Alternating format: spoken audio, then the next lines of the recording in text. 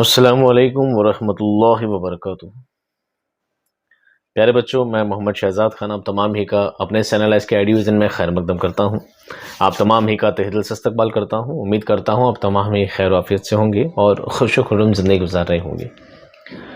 جیسا کہ بچوں، مرزا مظہر جانے جانا ادبی تاریخ کا آپ کا جو سیکنڈ چیپٹر تھا، اس چیپٹر کو ہم پہلے پڑھ چکے ہیں۔ تو چیپٹر کے سوالات جوابات کی اگر بات ہے، اگر آپ کو دیکھنے میں پڑھنے میں کوئی دشواری ہو تو کوشش کرتے ہیں ہم آپ کو یہاں پر صرف پڑھ کے سنا دیں گے۔ آپ چاہیں تو اسکرین شاٹ لے لیجیے گا، اونلی فور 5 سلائیڈز کے اندر یہ کمپلیٹ ہو جائیں گے، تو آپ ان کو لے لیجیے گا۔ اور اگر سبق سے متعلق ایسا کوئی سوال ہو، سبق سے ریلیٹڈ کوئی بھی کوشچنس ہو جو پچھلے ویڈیو میں جو ہم نے پڑھایا ہے، تو کسی ویڈیو میں کوئی پرابلم ہو تو آپ برائے مہربانی کمنٹ میں لکھ دیں کہ سر میں یہ چیز سمجھ میں نہیں آئی، تو انشاءاللہ کوشش کی جائے گی کہ اس کو نیکسٹ ویڈیو میں جا کر ایکسپلین کر دیا جائے، یا نیکسٹ ویڈیو میں جا کر یا تو کمنٹ میں آپ کو جواب دے دیا جائے۔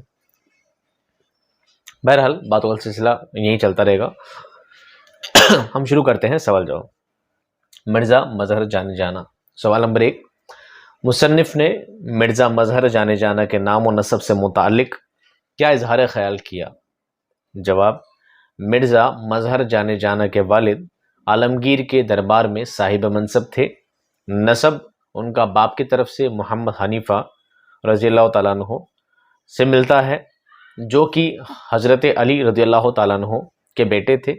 ماں بیجاپور کے شریف گھرانے سے تھی۔ دادا بھی دربار شاہی میں صاحب منصب تھے۔ یہ دیکھیے کریکشن رہ گیا، اس میں دادس ہو گیا، ہی دادا ہے، ٹھیک ہے۔ دادا بھی دربار شاہی میں صاحب منصب تھے۔ دادی اسد خان وزیر کی خالہ زاد بہن تھی۔ پردادا سے اکبر بادشاہ کی بیٹی منسوب ہوئی تھی۔ ان رشتوں سے تیموری خاندان کے نواسے تھے۔ حالانکہ ان چیزوں کو میں ایکسپلین نہیں کروں گا کیونکہ میں آلریڈی پچھلے ویڈیو میں ساری چیزیں ایکسپلین کر چکا ہوں۔ سوال نمبر 2، محمد حسین آزاد نے مرزا مظہر جانے جانا کی شخصیت کے کن پہلوؤں کو اجاگر کیا ہے؟ جواب، مصنف نے مرزا مظہر جانے جانا کی نازک مزاجی، لطافت مزاج، سلامتی طبع اور وزاداری سلیقے، توکل اور قناعت جیسے اوصاف کو جو ان کی شخصیت کے جز تھے اجاگر کیا ہے۔ سوال نمبر 3، مرزا مظہر کا نام جانے جانا کس نے رکھا اور کیوں؟ جواب، اس زمانے میں آئین سلطنت تھا کہ امراء کی اولاد کا نام بادشاہ رکھتا تھا۔ چنانچہ حسب روایت عالمگیر نے کہا کہ بیٹا باپ کی جان ہوتا ہے، باپ مرزا جان ہے، اس لیے اس کا نام ہم نے جانے جانا رکھ دیا۔ جیسا کہ کتاب کی لینگویج تھی، ایز اٹ از وہی لینگویج یہاں پہ شامل کی گئی ہے۔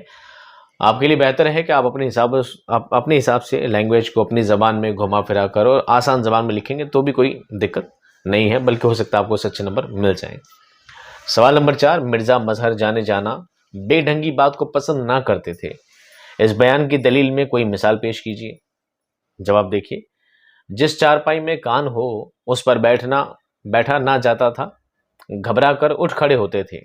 چنانچہ دلی دروازے کے پاس ایک دن ہوادار میں سوار چلے جا رہے تھے، راہ میں ایک بنیے کی چارپائی کی کان پر نظر جا پڑی، وہیں ٹھہر گئے اور جب تک اس کی کان نہ نکلوا لی آگے نہ بڑھے۔ اس واقعے سے ظاہر ہوتا ہے کہ مرزا مظہر جانے جانا کوئی بے ڈھنگی بات پسند نہ کرتے تھے۔ اور آج کا آخری سوال آپ کا اس چیپٹر کا، سوال نمبر 5، مرزا مظہر جانے جانا پر چند جملے لکھیے اور ان کے انتقال کے واقعے اپنے الفاظ میں لکھیے۔ ان کے انتقال کا جو واقعہ تھا پورا اپنے الفاظ میں لکھیے۔ مرزا مظہر جانے جانا بہت ہی وزادار انسان تھے۔ وہ کوئی بے ڈھنگی بات پسند نہ کرتے تھے۔ ٹیڑھی ٹوپی پہن لینے سے ان کے سر میں درد ہو جاتا تھا۔ جب دنیا نے دلی کو چھوڑا تو بھی آپ نے بزرگوں کے آستانے کو نہ چھوڑا۔ 7ویں محرم کی رات کے وقت ایک شخص مٹھائی لے کر آیا اور اس نے مرید بن کر آواز دی اور انہیں باہر آنے کو کہا۔ وہ باہر نکلے تو ایک قرابین ماری کی گولی سینے کے پار ہو گئی اور بھاگ گیا۔ قرابین جسے کہتے ہیں، ایک پسٹل پرانی۔ کافی زخم آیا، 3 دن تک زندہ رہے اور اپنے قاتل کو سزا نہ دینے کی وصیت کرتے ہوئے اس دنیا سے رخصت ہو گئے۔ تو بچوں، یہ آپ کا چیپٹر کا سوال جواب کیا ہوتے ہیں؟